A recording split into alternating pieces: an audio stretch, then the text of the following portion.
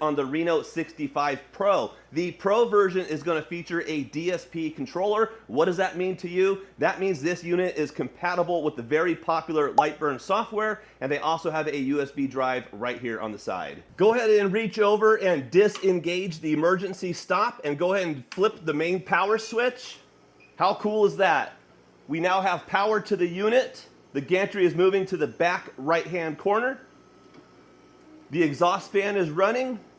Everything looks good. Now let's go ahead and connect this to Lightburn. So inside of your Lightburn software, you're going to navigate down here to where this says Devices. Go ahead and click on Devices. To the far left, you're going to find a tab that says Find My Laser. Go ahead and click that as well. Go ahead and click Next. It is now scanning for any connected devices.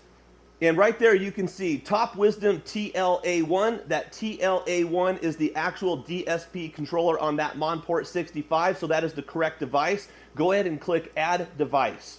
Now it's really easy to skip past this part right here. I like to name my lasers because we have multiple lasers here in the workshop. So we're just going to go ahead and rename this the Reno 65 Pro. Go ahead and click Next. One thing you can quickly do is verify the X and Y. Again, this is about a 16 by 24 engraving area. So once again, that is correct as well, which is a good sign.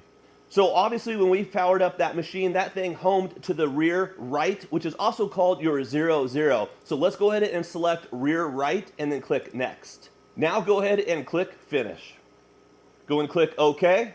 Now go ahead and scroll over here to the drop down tab in the lower right hand side, and this is where your list of all your connected laser devices are, and there's the Reno 65 Pro. Go ahead and select that. Congratulations, you have now connected your Reno 65 Pro to your Lightburn software. Now let's go ahead and send that file to the laser and see how it does.